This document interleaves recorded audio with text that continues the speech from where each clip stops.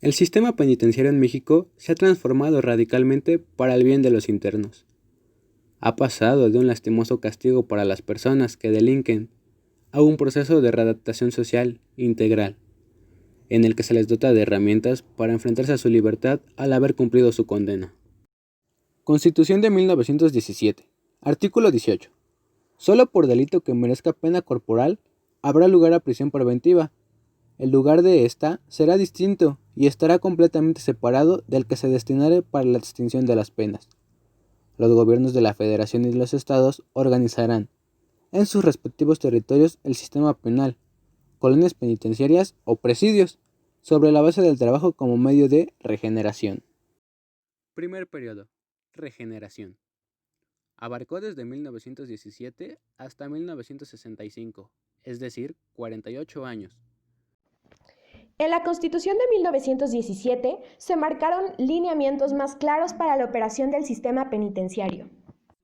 Dentro de los lineamientos se limitó la prisión preventiva al procedimiento por delito que merecía pena corporal o alternativa pecuniaria y corporal.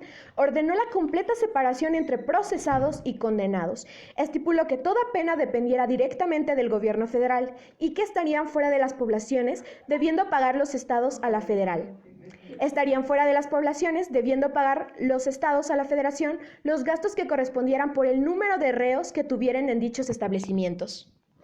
Durante los que el artículo 18 de la Constitución General de la República estableció que el fin de la pena era la regeneración del individuo a través del trabajo. Implícita en esta norma estaba la concepción de que el individuo que delinque es algo así como un degenerado que requiere ser regenerado, un sujeto moralmente atrofiado que necesita de regeneración, o si se quiere desde una perspectiva etimológica, un ser que debe volver a generarse, volver a nacer. En 1918, el Reglamento Interior de la Secretaría de Gobernación establecía entre sus atribuciones la conmutación y reducción de penas por delitos del orden federal, llevar los asuntos relativos a la colonia penal de Islas Marías, reos federales e indultos, las cuales eran ejecutadas por el Departamento Consultivo y de Justicia. En 1924, desde el inicio de su administración, el presidente Plutarco Elías Calles planteó y buscó que las penitenciarías fueran centros de regeneración. En ese mismo año se fundará el primer Tribunal de Menores en México. El 28 de noviembre de 1929, Emilio Portes Gil puso en vigor un nuevo reglamento.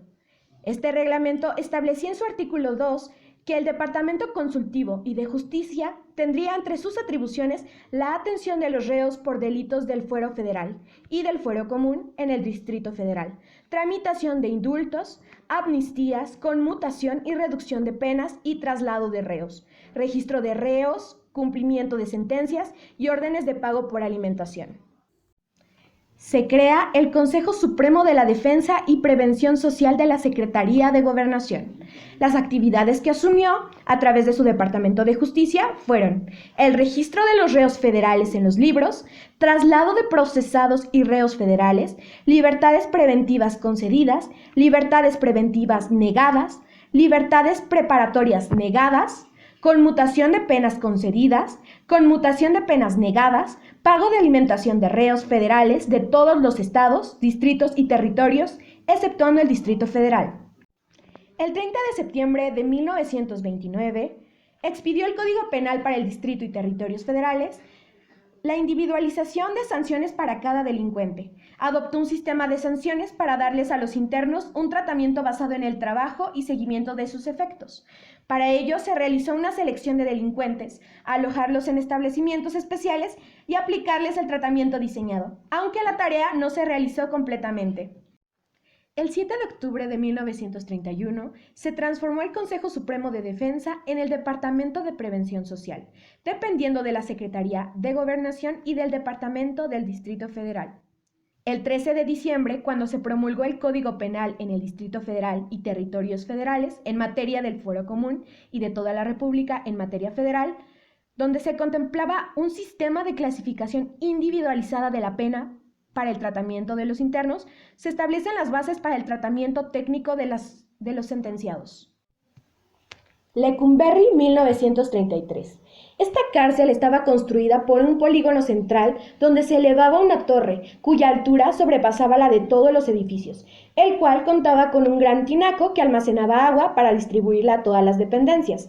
Desde la torre, un vigilante dominaba perfectamente las azoteas y los espacios descubiertos, como jardines que daban paso a los talleres, al centro escolar, al auditorio, etc.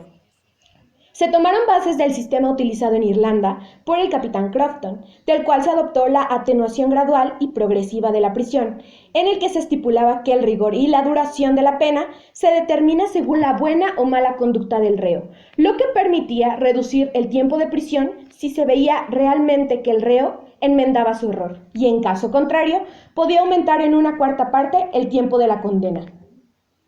Lecumberri se distinguía por la división que existía en cada piso de celdas. Estas se identificaban desde la A hasta la N, donde la letra A fue designada para los reincidentes, B, los delincuentes sexuales, C, delitos imprudenciales, D, reincidentes acusados de robo, E, delincuentes acusados de robo, F, narcotraficantes y drogadictos, G, aquellos que desempeñaban actividades específicas y observaban buena conducta, panaderos, cocineros, mandaderos, etc. H, recién ingreso. Esto es cuando Lecumberri dejó de ser exclusivamente penitenciaría y se convirtió en cárcel preventiva. I, los que desempeñaban un cargo público, en especial agentes policíacos. J, internos homosexuales. L, delitos de fraude, abuso de confianza, falsificadores. M y N era un cupo limitado y donde eran enviados los internos que su conducta molestaba a todos y perturbaba la paz del penal. En total se construyeron 886 celdas, todas vigiladas desde la torre central. El edificio tuvo un costo de 2.396.000 pesos desde esa época. Lecumberri albergó presos, tanto hombres como mujeres, incluso adolescentes y niños hasta 1954, cuando se inauguró la cárcel de mujeres. Desde entonces solo hubo presos varones. Sin embargo, comenzó a haber una sobrepoblación y llegaron hasta 20 presos en la misma celda. Al haber cambio de director en Lecumberri, el doctor Sergio García Ramírez, que era en ese tiempo subsecretario de Gobernación, tomó el mando y en el mes de agosto, después de estudiar y clasificar los casos, pudo trasladar a los presos de Lecumberri a los reclusorios norte y oriente, por lo que el 26 de agosto de 1976 a las 20 horas se dio por clausurada la cárcel de Lecumberri para dar paso a un nuevo sistema penitenciario que, según Sergio García Ramírez, permitiera la verdadera readaptación social. En 1935, el Departamento de Prevención Social ya se había reorganizado. Su objetivo era cumplir y generar una real preocupación por la delincuencia infantil y juvenil. En 1936, la Convención Nacional para la Unificación de la Legislación Penal e Intensificación de la Lucha contra la Delincuencia, dentro de sus acuerdos, dijo que correspondería a los estados la creación inmediata de los tribunales para menores, mejorar los existentes y abolir la pena de muerte. Utilizar la Isla María como institución de readaptación social, designar al personal directivo de los recursos. El Departamento de Prevención Social realizó un estudio de los reos contemplando los aspectos médico, económico, social, pedagógico y condiciones laborales para integrar los expedientes mismos que eran utilizados para el otorgamiento de la libertad anticipada o el indulto, clasificar a los grupos de reos que debían de ser enviados a las Islas Marías para compugnar sus sentencias. 1940, el Departamento de Prevención Social también le fue encomendada la vigilancia de los menores externados y de los reos liberados que gozaban de una libertad condicional. El general Manuel Ávila Camacho se encargó de la expedición de disposiciones, leyes y reglamentos encaminados a la prevención y represión del delito. Se creó la delegación del Departamento de Redención Social en la Penitenciaría del Distrito Federal, que se encargaría de hacer los estudios médico, psiquiátrico y social de los reos. Llega 1952 y con ello la presidencia de Adolfo Ruiz Cortines. Los servicios fueron ampliados y comenzó a atender necesidades de la Penitenciaría de la Cárcel de Mujeres y del Tribunal para Menores del Distrito Federal, Colonia Penal de Islas Marías y de las prisiones de Quintana Roo y de Baja California. Consolidó sus delegaciones en la Penitenciaría del Distrito Federal y en la Cárcel de Mujeres. Se inició el registro de reos sentenciados. Se concluyó con una organización general del casillero de sentenciados. Su objetivo era contar con los antecedentes de los reos. Para 1956, el departamento creó y reorganizó secciones denominadas jurídico, médico-criminológicas, de trabajo social, estadística e investigación, clínica de conducta, policía tutelar, tratamiento de menores infractores. En 1954, la cárcel de mujeres en la Ciudad de México inició una nueva etapa del penitenciarismo moderno. Entre 1957 y 1958 se construyó la penitenciaría de Santa Marta Catitla, con una capacidad instalada para 1,500 reos. Segundo periodo, readaptación. En 1965 fue reformado el artículo 18 constitucional para introducir a nuestra Carta Magna el llamado Sistema de Readaptación Social, el cual estuvo vigente 43 años hasta el 2008. Subyace en esta reforma constitucional la idea de que el delincuente ya no es propiamente un degenerado, sino que está enfermo. Quien comete un delito es un sujeto mental o psicológicamente desviado, que requiere de ayuda. A partir de 1956 se reorganiza el sistema penitenciario, a través de la atención del tratamiento de los reos en funciones más específicas. Para este año ya se cuenta con estadísticas e información de todo el sistema. En 1975, México toma en cuenta las bases de la ONU para el tratamiento de los reclusos, donde se lleva a cabo un nuevo proyecto penitenciario. Durante la gestión del presidente Adolfo López Mateos, se resaltan aportaciones que consistían en proveer la adecuada organización del trabajo en los reclusorios. En 1971 se aprueba por el Congreso Federal normas mínimas que regulan la readaptación social en base al trabajo, la capacitación y la educación. Conforme pasa el tiempo se modifican las estructuras organizacionales, esto con la finalidad de lograr toda una institución penitenciaria. Para el 2000, el objetivo primordial es la organización del sistema, así como el desarrollo de la industria penitenciaria, que genere y retroalimente una verdadera responsabilidad social. Durante la presidencia de Miguel de la Madrid Hurtado, en 1982-1988, la Dirección General de Servicios Coordinados de Prevención y Readaptación Social avanzó en tres líneas: la prevención de conductas antisociales y delictivas, la readaptación de los adultos delincuentes y menores infractores, la reincorporación a la sociedad de los presos. Se estableció un programa de máxima seguridad que propone continuar con la creación de módulos de alta seguridad en cárceles estatales y la creación de cárceles regionales de máxima seguridad. En 1990 se construye el penal de máxima seguridad Puente Grande en Jalisco, y con ello hubo una actualización de los expedientes de los internos, con el fin de otorgar libertades anticipadas establecidas en la Ley de Normas Mínimas en materia del fuero federal. Hubo ejecución de traslados internacionales, expedición de antecedentes penales y control de cuota alimentaria a los internos federales procesados y sentenciados. En 1933 inauguran el Centro Federal de Rehabilitación Psicosocial.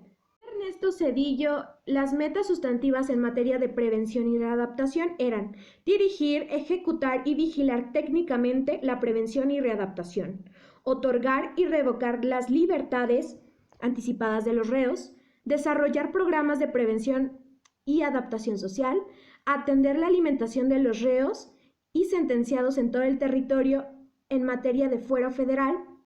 Tercer periodo, reinserción social.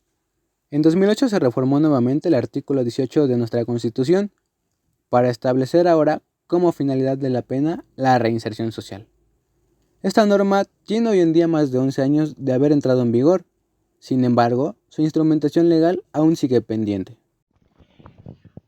Entre 2006 y 2012, en México, los artículos 18 al 22 de la Constitución regulan el sistema penitenciario y los derechos de los reclusos, constitucionalmente, al principal objetivo de la prisión, que es lograr la reinserción del sentenciado a la sociedad y procurar que no vuelva a delinquir. La administración de Felipe Calderón, a través de la Estrategia Penitenciaria 2008-2012, creó el sistema de carrera penitenciaria a través de la Academia Nacional de Administración Penitenciaria, 81, con miras a la formación y profesionalización del personal penitenciario, mandos directivos, personal de seguridad y de custodia, personal técnico, personal para el manejo de crisis, etc. En la inauguración del Centro Penitenciario Federal en Hermosillo, Sonora, en octubre del 2012, el entonces presidente Felipe Calderón reiteró su apoyo a la reproducción del modelo carcelario. Lo que hay que hacer es aumentar los penales. Mi criterio es que si la ley determina si hay 1, 1000, 10,000 o 100,000 reclusos, el Estado debe contar con espacios para que la ley pueda cumplirse. Hay que adaptar los espacios al imperio de la ley y no reducir el imperio de la ley a los espacios. Entre 1917 y 1965 se utilizó el concepto de regeneración. Entre 1965 y 2008, el propósito de la cárcel era la readaptación social del delincuente. Del 2008 a la actualidad, el concepto correcto es reinserción. Derechos desenvueltos en el sistema penitenciario. Desde que se inicia la privación de la libertad, debe quedar claro que solo se suspenden o se restringen algunos de los derechos de los reclusos, en tanto que otros se conservan y otros más incluso se adquieren o se fortalecen. Derechos que se conservan. Derecho a la vida e integridad corporal, libertad de conciencia, autonomía de la voluntad, autoimagen, dignidad personal, igualdad y no discriminación. Derecho a no autoincriminarse, prohibición de marcas o estigmas. Derecho a conservar el proyecto de vida, derechos de familia, legalidad y seguridad jurídica. El non bis in idem o prohibición de ser sancionado penalmente 2 veces por los mismos hechos. Derecho a ser sujeto de derechos y obligaciones y no objeto de tratamiento. Derecho a la inviolabilidad de la correspondencia y libertad sexual. Derechos que se adquieren o se fortalecen, explícitos. Derecho al trabajo, así como a la capacitación para el mismo. Derecho a la educación, derecho a la protección de la salud y derecho al deporte. Implícitos. Derecho a la ejecución plena de la sanción. Esta tiene que ser sin abusos hacia unos ni privilegios para otros. Derechos de acceso a la jurisdicción para proteger sus derechos. Derecho a una alimentación adecuada, así como el agua potable para beber sin restricción alguna. Derecho al no hacinamiento, que refiere a la estancia digna. Derecho a la seguridad personal y jurídica. Derecho a la visita de familiares y parejas, conocida como visita íntima. Derecho a la defensa, al debido proceso y a la petición.